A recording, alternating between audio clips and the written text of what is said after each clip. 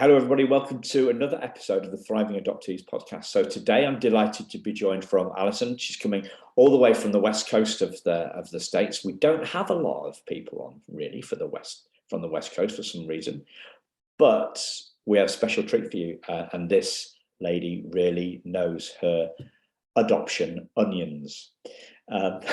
Does that mean anything? Does that phrase, is that just a Yorkshire phrase? Onions, knowing your onions?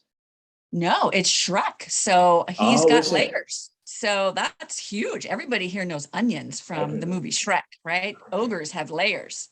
He's an onion. So, Allison, welcome to the show. Thank you. I'm so excited to be here, Simon. Thanks so much for inviting me. Yeah, great to have you on the show. Could you introduce yourself to the audience, please? Sure. Hi, everybody, and it's a privilege to be here.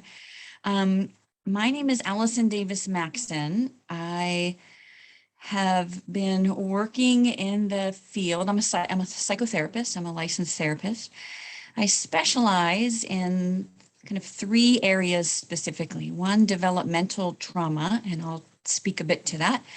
Attachment, and I could speak to that for probably 3 months. And adoption and permanency. Permanency includes kinship and foster care, and this thing called adoption. And I've been in this field now 28 years. My first 10 years, I kind of cut my clinical teeth in residential treatment here. Children of high trauma really have kind of taught me everything. So in some ways, I even had to do some unlearning of what I learned in graduate school from books and open myself up to having children really educate me and teach me what developmental trauma is. So I was a clinical social worker for many years. I'm currently the executive director of the National Center on Adoption and Permanency. I'm an author. In fact, that's some of what I'll be talking about today. I co-authored a book with my partner in crime, Sharon Roja. It's called The 7 Core Issues in Adoption and Permanency, a guide to promoting healing and understanding in adoption, permanency, third-party reproduction, and foster care. So one other thing I like to say that for those of you that saw the movie Instant Family, Mark Wahlberg was our foster dad and Rose Byrne was our foster mom. I was the consultant on that movie. So if you saw that movie, it was kind of a 2-year project that I really got to pull in all of my experiences connected to foster care and what kids and parents experience in that journey. And it really was just a wonderful experience because in some ways, many of our families, foster and adopted families, really for the first time, got to see their life unfold. And we got a lot of terrific feedback, especially from youth, from our kids. I want to reference the Lizzie character for a sec.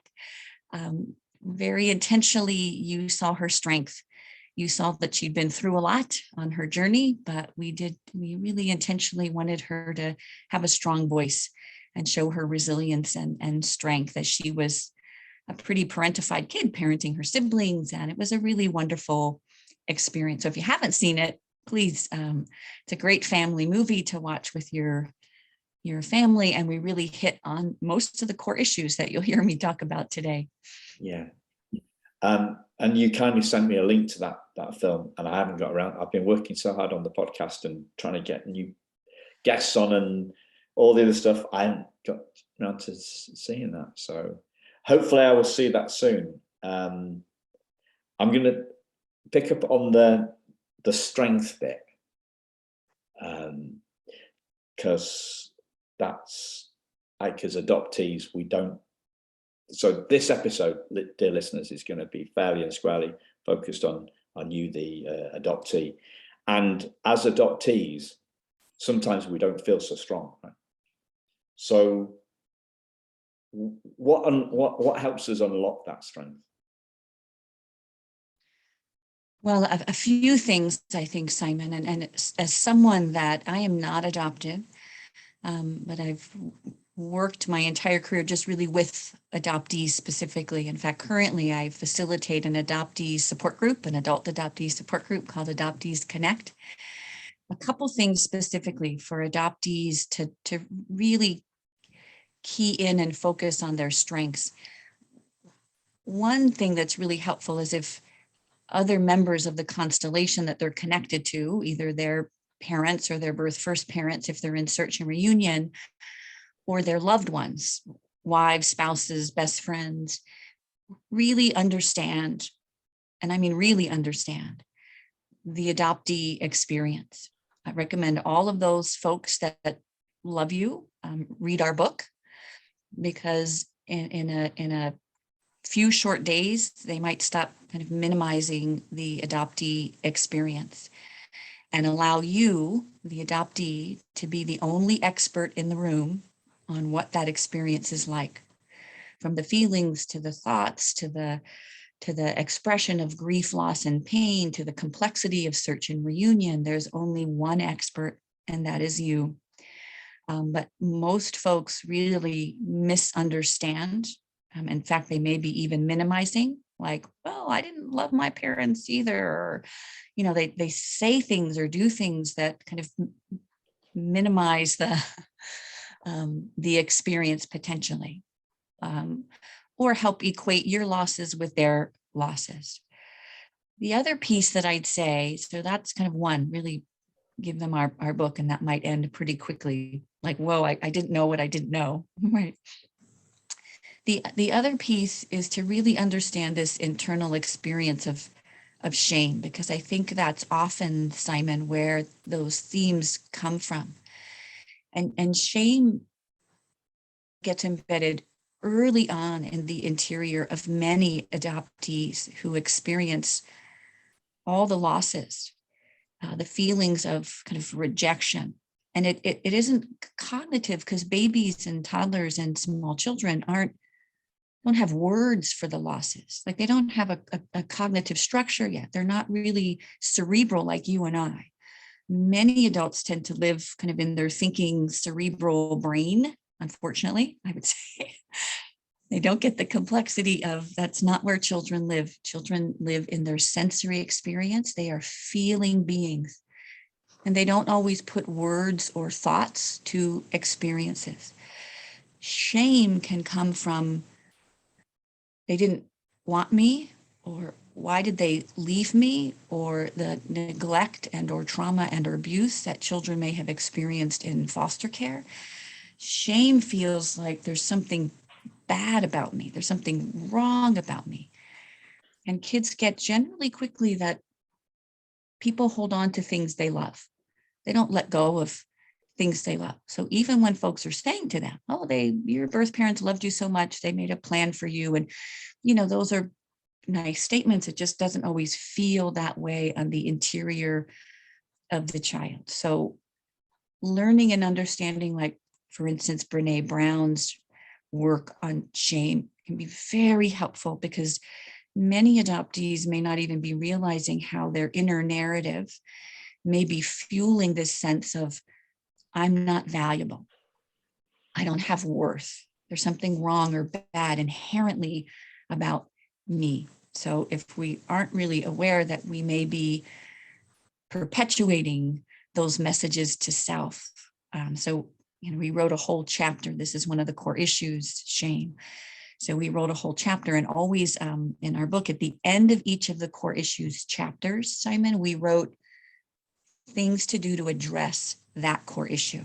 So we didn't just kind of lay out what the issue is. We very specifically thought, oh, don't just stay stuck inside of a shame-based interior.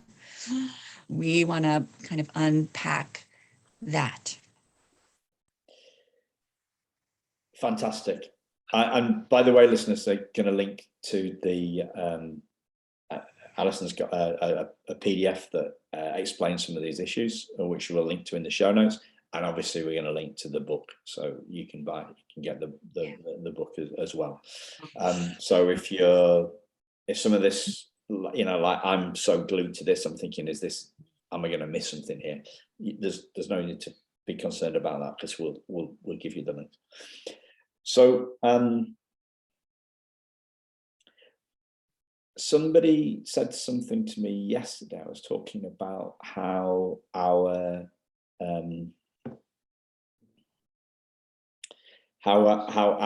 frame, when I say ours, I'm talking about us adoptees, and clearly we're not a homogenous group. Is that the word? It's all different. Every experience is different. To what extent do you see people, adoptees, stuck in a frame of their adoption throughout their life? Does that, to what extent is that once and fixed, and to what extent does that shift? Wow, Simon, what you just said, I think I see every day. So people might find my book or some trainings or videos or things I've done, and I get messages, phone calls, emails almost every day with exactly what you said. We're stuck in a cultural narrative. And the way I'd frame it is, we cannot heal what cannot be acknowledged. So the messages the culture gives to adoptees: you should be grateful, and you got a family, and adoption was a blessing, and you were a gift, and a lot of messages tell only of kind of a small part of the story. So that if we cannot heal what we cannot acknowledge, I'm going to start with the first core issue, which is this massive issue of loss.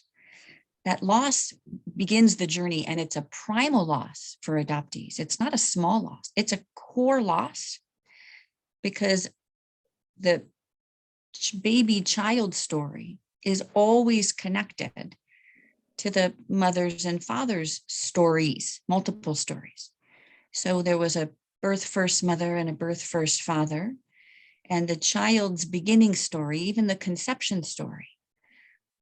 How did this baby come into being? What happened? How did it happen? Was the baby wanted and loved? Was it incest? Was it rape? So there's a whole backstory that begins prior to the conception story. So the losses connected to the adoptee are profound in that it changes the trajectory of the life of the child. When that child is then kind of transplanted into a different family system with different set of stories and narratives, the child tends to lose their stories of origin, but they're forever genetically connected to those parents. And the tendency to minimize genetics is pretty common in the adoption experience specifically. But the profound loss that changes the life of the child, it literally changes, like, my life is going in this whole new direction, and it changes identity, because the complexity of identity formation, which is one of the core issues, is the child now has to figure out. It's an internal process, Simon, because I know you like to speak kind of internally. It's an internal process to figure out who I am and why I'm here and what happened and why did it happen. These are important questions that, especially in adolescence, the adoptee is very interested, because identity formation is all about those teen years, figuring out who I am. And the adoption experience changes that. And if the child doesn't have access to the beginnings of their story and those genetic parts and those relationships, we do a disservice to the child, because identity formation can be happening kind of internally without the pieces to the puzzle that individual may need. With all that said, those losses show up, and really they show up, the core losses. That's why we start with this experience of loss. They unfold across development. So I have a whole chapter in our book called A Child's Developmental Journey Through Adoption and Permanency. So from the in utero experience to the baby, to the toddler, to the latency age, school age, where we start having a narrative, like I have questions, like I need to understand what happened. And then adolescence and adulthood. And adulthood has various stages. If I get married and make children, and there's various stages that all of these losses unfold across the lifespan. So when we talk about the core issues, they are intergenerational. They will impact subsequent generations. So we have children of adoptees that are impacted by those losses. And we don't just quote kind of finish our healing and exploration. That's some of what tends to be minimized either by parents, adoptive parents, or social workers, or even professionals that aren't adoption competent. They may say, well, you're an adult. Why are you still thinking about any of these things? Or why do you need to go find your birth family? Or why is reunion important? Why do you still have feelings? Adoption happened a long time ago. It was a moment in time. And it's not a moment in time, because the self, all parts of this very complex self, are evolving across and over the lifespan. So there is no end to the journey, which can be hard for adoptees to feel like really there's never an end to the journey, but often really misunderstood, Simon, by outside people, folks that aren't adopted, that think, I don't know why this keeps coming up. So that those are the folks we most want to read our book, those folks that continue to minimize, right, the losses.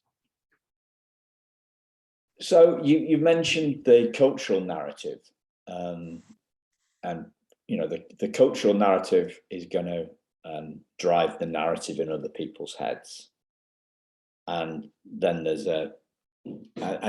our internal narrative that the shark infested waters of the head, if I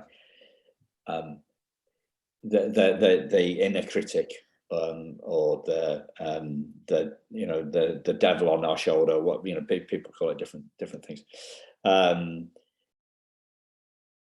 So it seems to me that there's a little bit of friction between those two, the cultural narrative and the internal narrative. There might be some friction, but there might be some harmony as well. Harmony is in terms of, would there be harmony? I don't know. You were nodding when I said friction, so I'm probably on the better. Yeah. Can I jump in? Because Simon, you set me up so perfectly. Like we're playing tennis and you served me up perfectly. Because the second core issue, and I'm gonna, because of what you exactly said, the second core issue connected to these losses is the issue of rejection.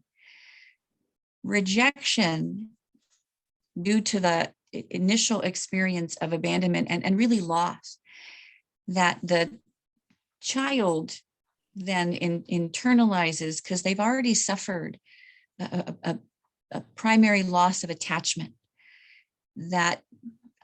which, by the way, creates some profound feelings of overwhelm or terror, or something's wrong with me, or all the shame, the things that we just talked about. This rejection can lead to the baby, child, adult adoptees being stuck in a relational paradigm where I now will become whoever you want me to become, so I don't have to feel rejected again or suffer rejected, what we call maybe the imposter syndrome, or the social identity. I may become what you need me to become because I don't want to suffer more rejection, more loss, feelings of abandonment. So the experience sometimes for the adoptee, and I see this a lot in the children and the teens I work with that are adopted, a very outside in way of building their identity, meaning, again, I'll become who my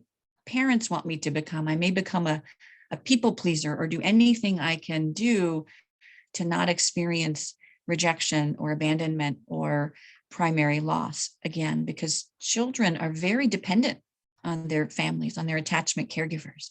So this is a terrifying experience to think I could lose you and they have already lost a set of parents. So this is a very real dynamic for children. So this building of what we call the pseudo self, or quote, the imposter syndrome, that I may not feel like I have an authentic right to my needs or to be loved unconditionally, or it's okay just to be me at every level.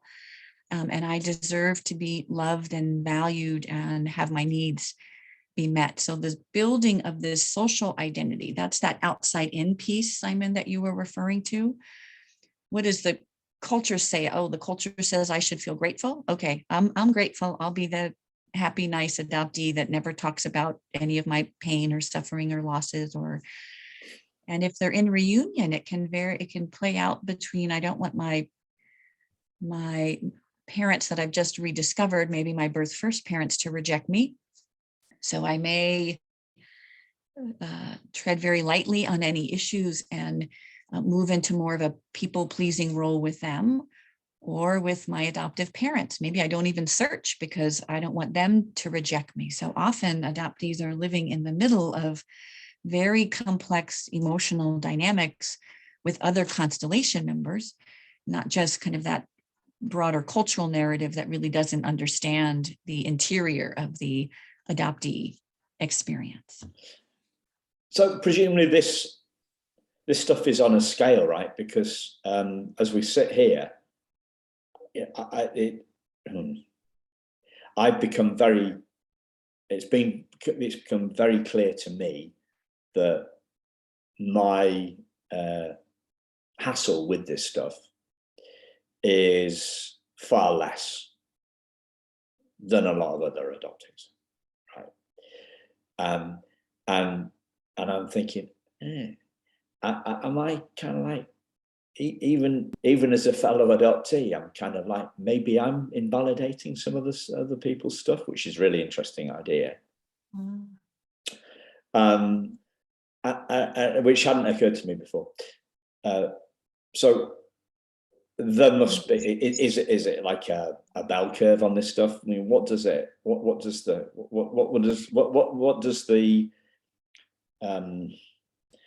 overall picture look like? It's a scale. It's a what? Well, we typically say, and we write to this also, Simon, in our book, and I appreciate your insight and tremendous self-awareness around this. Like, wait, I might be invalidating other adoptees because my experience might be different. That every single adoption experience is so different and unique and very personal and intimate to the self in the interior. So one of the things we write to in our book is the conceptual framework of the 7 core issues. Like, we lay out, it's like laying out a roadmap, but in no way do we say your experience should feel like this or look like this, but it's a guide and a roadmap. And there are different experiences based on the level of trauma. So for instance, I'll give an example that for children who have had 4 different mothering experiences, so the mother they grew inside of, and then their first foster mother, their second foster mother, their fifth foster mother, then maybe an adoptive mother at the age of 6 or 8, their experience of adoption, which didn't come until much later, is then filled with much more, I would say, loss, abandonment, rejection, because the small child typically does feel, why didn't you want me? Why didn't you hold on to me? So their internalization of their value, that is now most likely more shame-based, is very complex in terms of how these emotional dynamics play out with her current mother. So the current mother most likely is going to get a lot of the feelings and the trauma from all of the loss and rejection, which to the child feels like, maybe I have no worth. Maybe I just deserve bad things to happen. So they might even provoke a lot of negative feedback from a caregiver because they expect rejection, because that is what they know. So how these dynamics play out, you can see, might be very different if you didn't have many experiences of rejection or abandonment versus you had many, many, many. So it really intensifies the losses and the grief through those experiences. Yeah. So what's the way through this to the strength of who we are? I mean, if it's a narrative, we can't really do much about the cultural narrative. I mean, it scares me. It scares the bejesus out of me when I see people waiting for the world to change before they'll be happy. It just like, it's really disempowering. And I do come across people in the adoption world kind of talking about this stuff, and well, not addressing that, saying, like, well, we've got to change. Well, no, surely our relationship, it's our relationship with ourselves comes first. That's the one that we're more likely to see. So for me, one of the most profound pieces of work I did on this back 13 years ago was basically a week on exploring my internal narrative. A week on it with other people, and none of these people were adopted, right? And what became very clear very, very quickly is that none of them thought that they were good enough either. That was the center. If we say shame, shame in one word, what does shame in one sentence look like? I'm not good enough. So I spent a week seeing through that, shifting that narrative.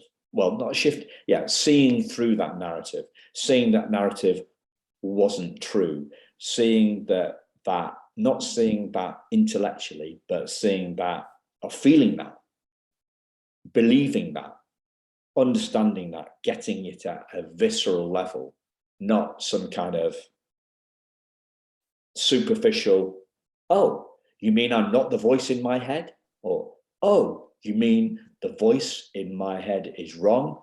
Oh, not that. I'm talking about deep, a deep, profound realization that the voice in my head is a liar. And the voice in all our heads is liar. I lie. Right?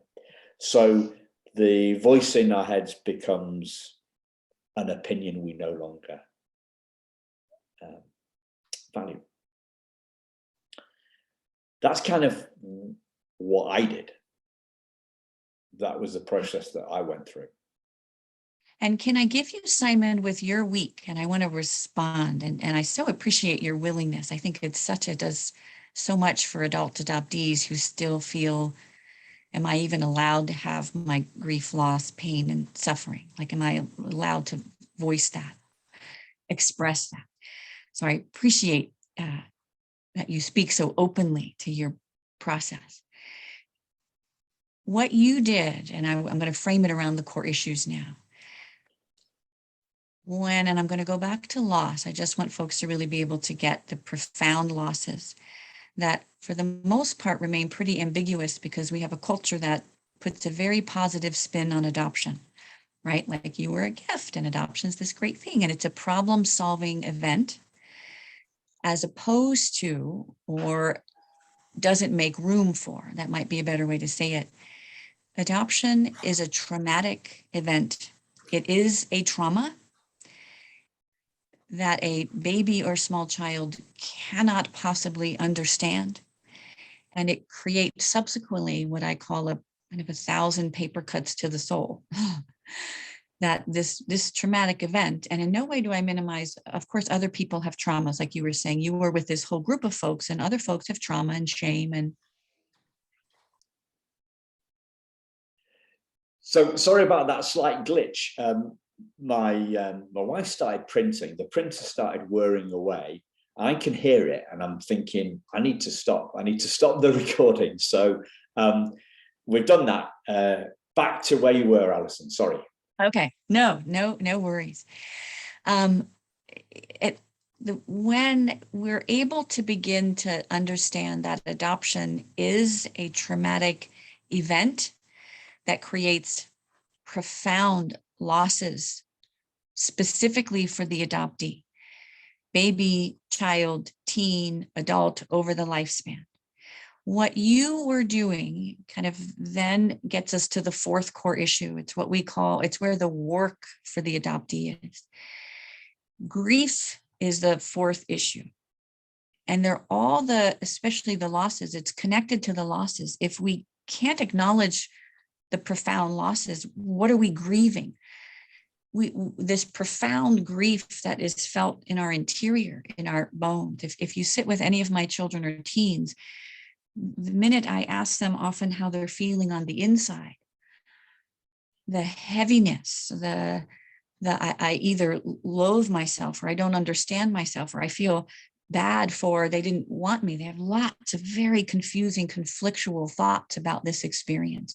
It isn't just this, let's kind of wrap adoption in a nice bow and we tend to shut those feelings in.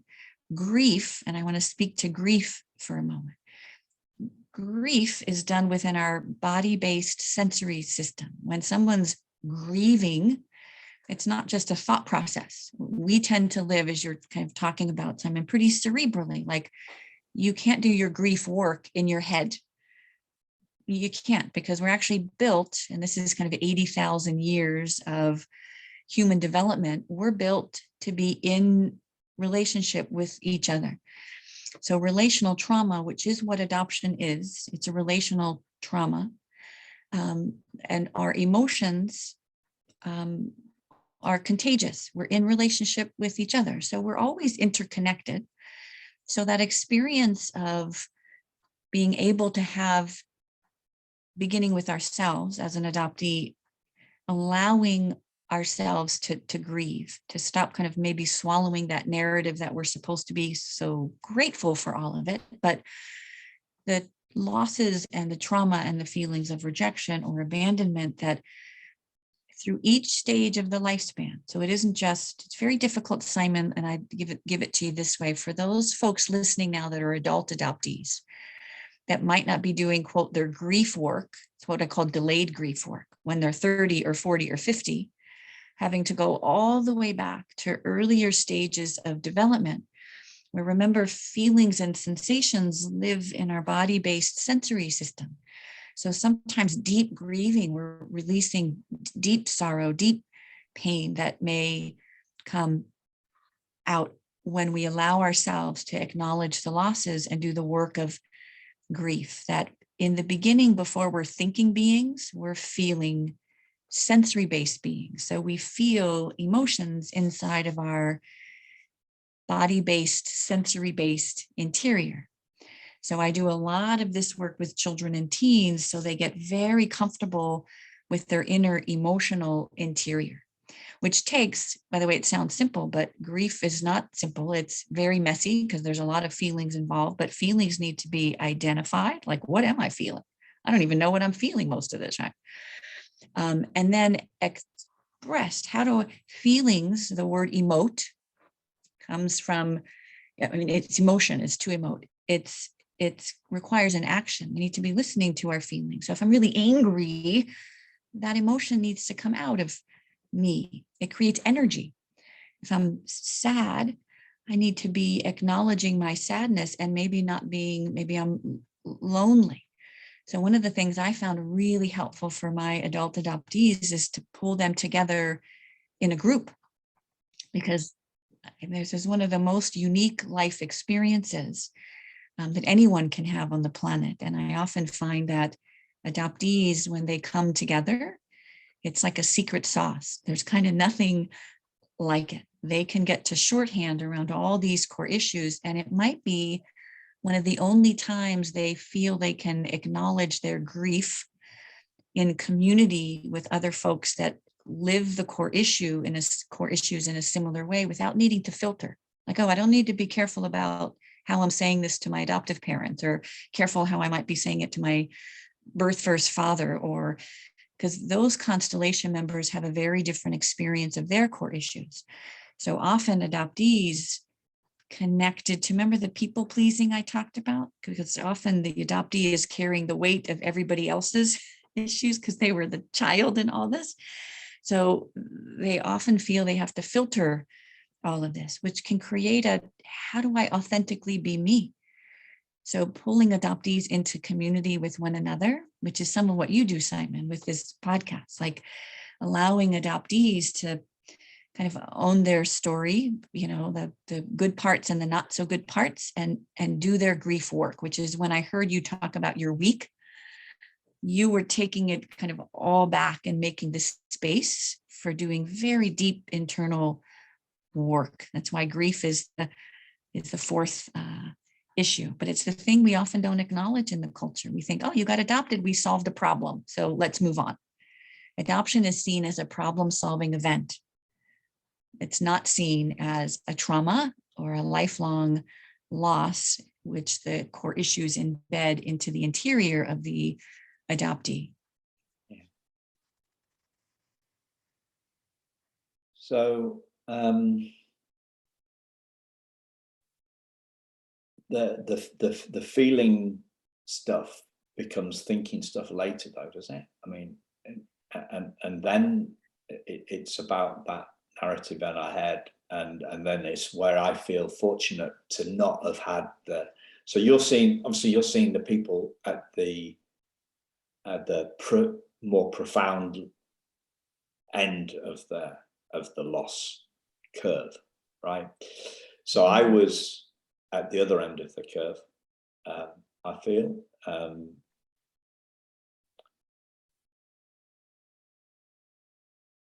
But that still comes through later on as it turns from a felt experience into a felt experience plus an internal narrative on top of that.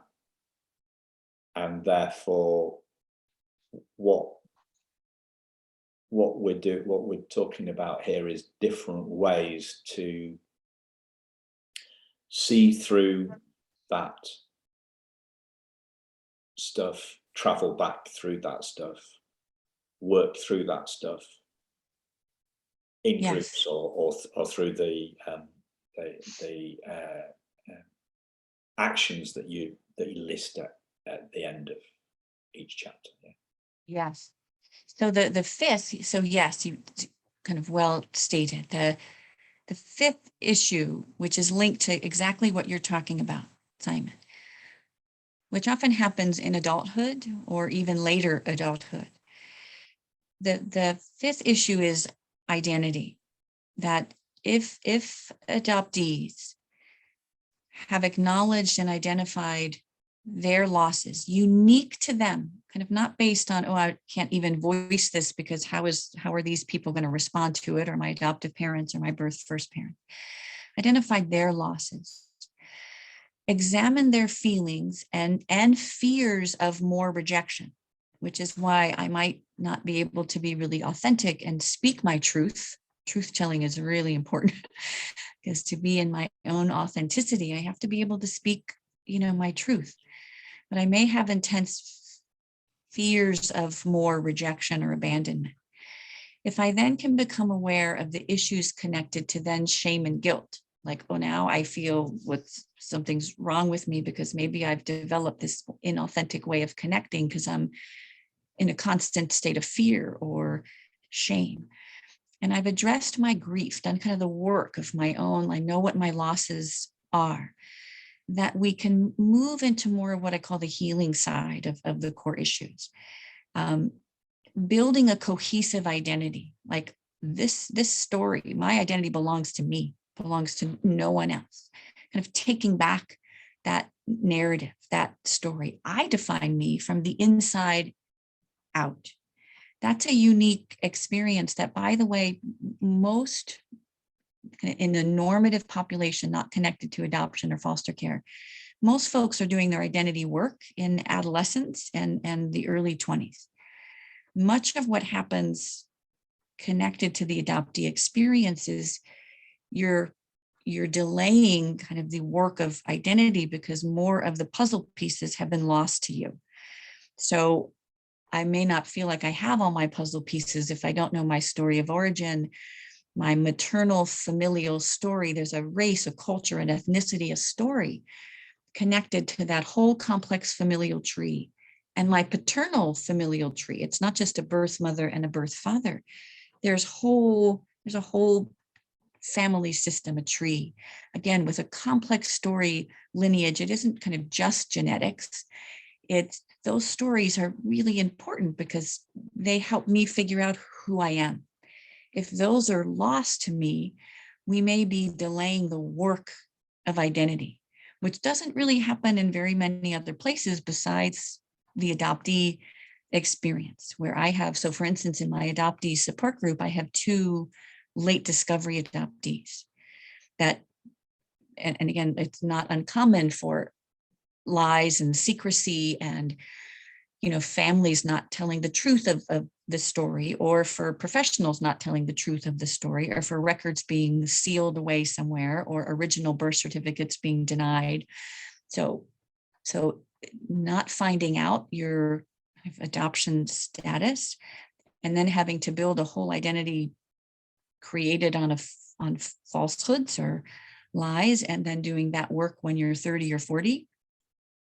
And again, we wrote to this in our book as well, because this still happens, unfortunately. So identity, such a complex, again, if there's any chapter I'd love our adoptees to read, it's the chapter on identity formation versus identity confusion or bewilderment, which is a term that's sometimes used, identity bewilderment. Like, it's hard for me to know on the inside who I am and be grounded in myself, capital S, very complex, this thing called the self.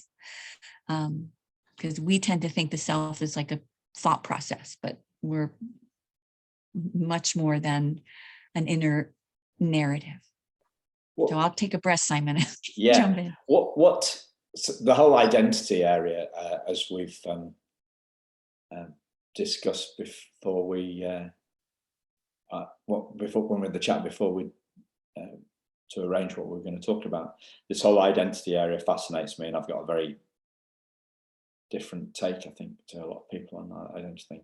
What does identity mean to you? That's not a simple question to answer. And I struggle to kind of even project my version or my definition kind of onto someone else. The complexity of it, and I would just include, because I work with so many children and teens in particular, that identity includes our culture, race, and ethnic heritage, the self that has to understand kind of where I came from and my full story. Why did this happen and what happened? But it also includes our values and a belief system, our spiritual or religious connections, our identifications with certain demographic groups that I feel connected to. So there's a whole kind of set of complex issues that, as we kind of age over the lifespan, we understand the complexity. One of the peoples that helped me understand it, and we got permission to include, for me, it really helped me understand the challenge of children that are moved from one family system into another and maybe another. That children and teens that are kind of planted in a family system, if you will, so planted in like a family garden, much of identity formation, they're getting kind of top down from their parents. So your parents help to go, oh, this is how families are, and this is, our religious affiliation or our values, or our children are internalizing a set of beliefs and values from the family you're growing up in. For children that have something that is very different than their parents, here it's adoption. So by the way, most parents that adopt are not adopted. So they don't understand the internal experience, and they generally tend to minimize the core issues or think they know what that experience is like. So let me tell you how you feel. Like, stop crying, like, Jeanette spoke to in her great interview. So the piece that children absorb vertically versus then kind of horizontally, it's why the adoptee support group tends to be so helpful, because you can be with other individuals that have that unique life experience, that can validate that unique life experience in very different ways and allow for an internal exploration without the intrusion of other constellation members or the culture telling you how you should think or how you should feel, or that it's not a trauma or whatever that outside experience is. So identity formation that you might have to, and by the way, I don't think I said Andrew Solomon's book, he's got a fabulous TED Talk, and his book is called Far from the Tree. And the metaphor is, well, what if the child feels like they're really different than the tree that they're being raised by? And many adoptees often have that experience of, I don't feel like them very much, or that I am like them. And I know they maybe want me to be like them, but I don't feel that. I sometimes feel really different. And where can I get those experiences or feelings validated? So we talked about vertical identity versus horizontal identity. Fascinating stuff. I'm just conscious of time.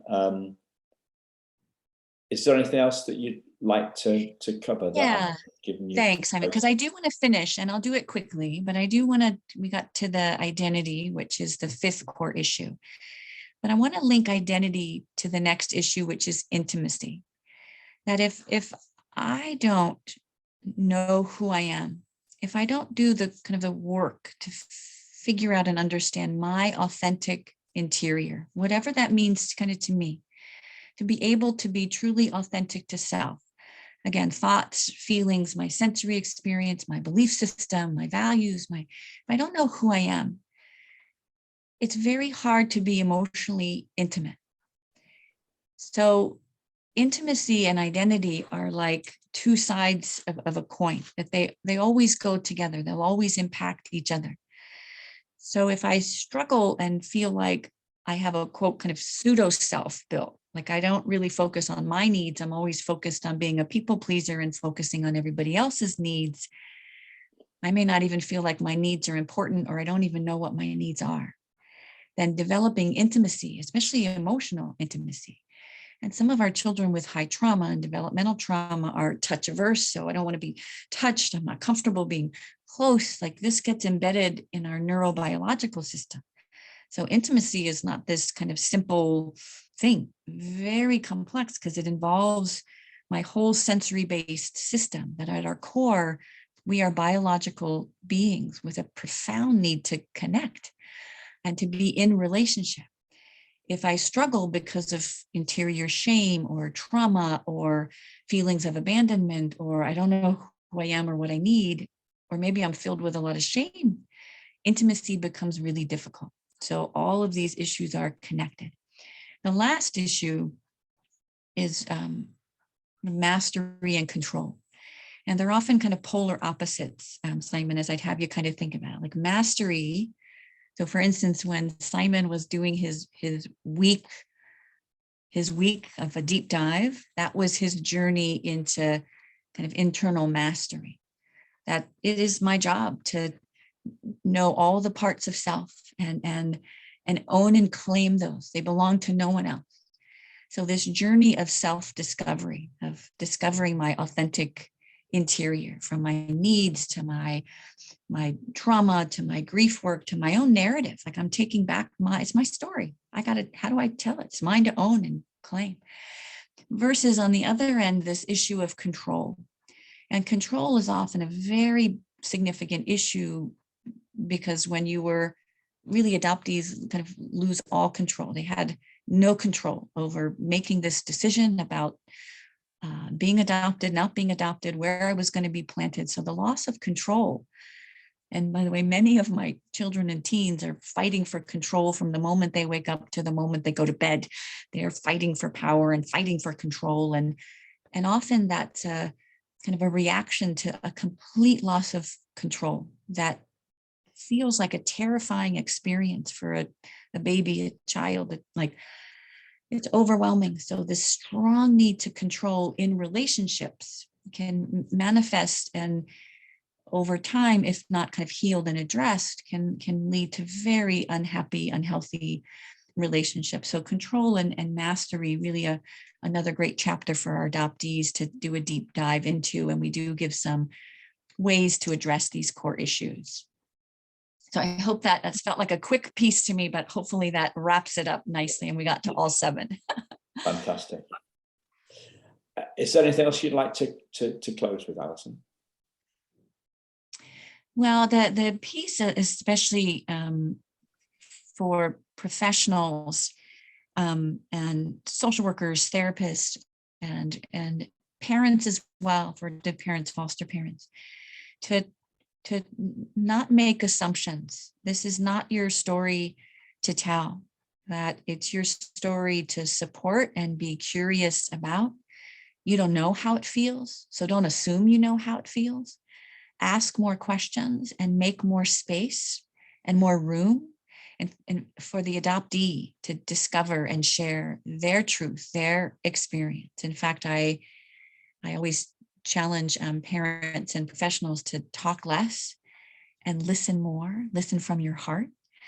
And if you're listening from your heart, you hear things really differently. And I think what we've done over the last maybe 100 years is a real disservice to adoptees, because we basically have, from the outside in, co-opted their narrative, and we tell them how to think and feel about it, which is wrong. That they should feel grateful, or you're a gift, or and they may feel all those things, but I don't make any of those assumptions. It's not my story to tell. Fantastic. Thank you very much for coming on the show and sharing you. My pleasure, Simon. And thanks for the work that you do. It's such a blessing. I send your link to all of my adoptees and the folks in my support group, and as many voices as they can hear from the adoptee community is brilliant and so needed. That's great. Thanks a lot, listeners, and we will speak to you very soon. Thank you. Bye-bye.